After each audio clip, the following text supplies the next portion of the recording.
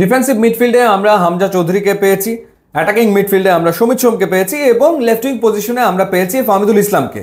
এবং এই তিনজনকে পাওয়ার ফল আমরা মাঠে সুস্পষ্টভাবে দেখতে পাচ্ছি। বাংলাদেশ মিডফিল্ডে বল ভালো পেনিট্রেট করছে, বল পজিশন বাংলাদেশের গত 3টা ম্যাচে বেশ ভালো ছিল।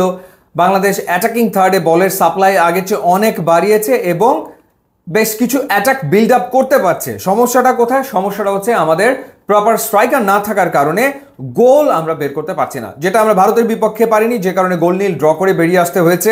ওখানে আমাদের পয়েন্ট ভাগাভাগি করতে হয়েছে, কিন্তু আমরা বেশ কয়েকটা গোলের দুর্দান্ত সুযোগ কিন্তু ভারতের বিপক্ষে তৈরি করতে সক্ষম হয়েছিলাম। ভুটানের বিপক্ষে আমরা জিতেছি ঠিকই, গোল করেছে কে? হামজা চৌধুরী এবং সোহেল রানা, দুজনে ডিফেন্সিভ মিডফিল্ডার হিসেবে সেদিন খেলেছেন, তারা গোল করেছেন। এবং বাংলাদেশ আরও অনেকগুলো গোল ভুটানের বিপক্ষে করতে পারতো যদি প্রপার স্ট্রাইকার আমাদের থাকতো। সিঙ্গাপুরের বিপক্ষে আমরা ম্যাচটা হারলাম 2-1 গোলে, যেই ম্যাচটা আমরা জিততে পারতাম, স্কোর লাইন আমাদের পক্ষে থাকতে পারতো। কেন হয়নি? কারণ বাংলাদেশ সুযোগ তৈরি করেছে ঠিকই, কিন্তু গোল আদায় আমরা করতে পারিনি। আমরা দেখেছি সিঙ্গাপুরের বিপক্ষে সুমিত সোম কি সুন্দর দারুণভাবে ডিবক্সে বেশ কয়েকটা বলের সাপ্লাই দিয়েছেন। দুটো মিস করেছেন রাকিব, একটা মিস করলেন ফাহমিদুল। এই ঘটনা আসলে ঘটেছে।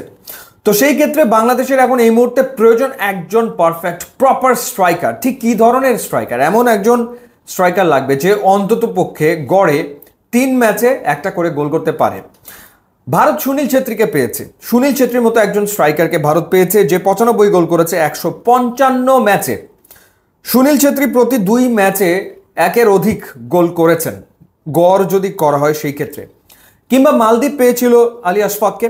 আলী আশফাক 98 ম্যাচে 58 গোল করেছেন, অর্থাৎ তারও গড় আমরা যদি হিসাব করি তাহলে প্রতি 2 ম্যাচে 1-এর অধিক। কিংবা শ্রীলঙ্কাও পেয়েছিল কাশুন জয়াসুরিয়াকে, যিনি 56 ম্যাচে 27 গোল করেছেন, অর্থাৎ অলমোস্ট 2 ম্যাচে একটা করে গোল তিনি গড়ে করেছেন। এবার আমাদের স্ট্রাইকার রাকিব হোসেনকে আমরা খেলাচ্ছি। বেসিক্যালি সে একজন উইঙ্গার হিসেবেই খেলে থাকে ক্লাব ফুটবলে, সেটাই দেখা যায়। কিন্তু হাভিয়ার কাবরেরা তাকে স্ট্রাইকার হিসেবে তো পরপর 3টা ম্যাচে খেলালো। রাকিব 45 ম্যাচে গোল করেছে 5টা, অর্থাৎ একটা গোল করতে রাকিবের প্রয়োজন পড়ছে 9টা করে ম্যাচ।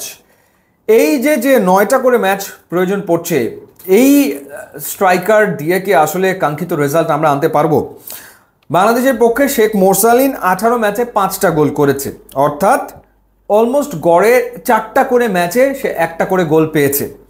এই জায়গাটাতে যদি সিগনিফিক্যান্ট ইমপ্রুভ করা না যায়, অর্থাৎ এমন একজন স্ট্রাইকারকে যদি বাফুফে খুঁজে বের করতে না পারে যে অন্তত গড়ে 3 ম্যাচে একটা করে গোল করতে পারে, রেজাল্ট বের করে আনা খুবই মুশকিল হবে। যতই হামজা চৌধুরী খেলুক না কেন, সুমিত সোম খেলুক না কেন, স্কোর তো কাউকে না কাউকে করতে হবে।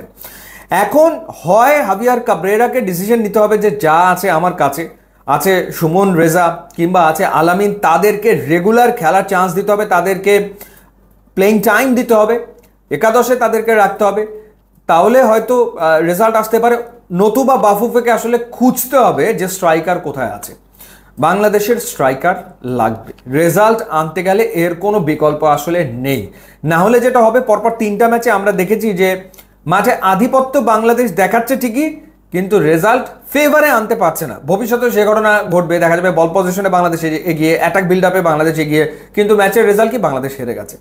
সো এই ঘটনা থেকে বেরিয়ে আসতে গেলে স্ট্রাইকার লাগবেই, এবং সেই দিকে বাফুফের এখন মনোযোগী হওয়াটা ভীষণ রকম জরুরি।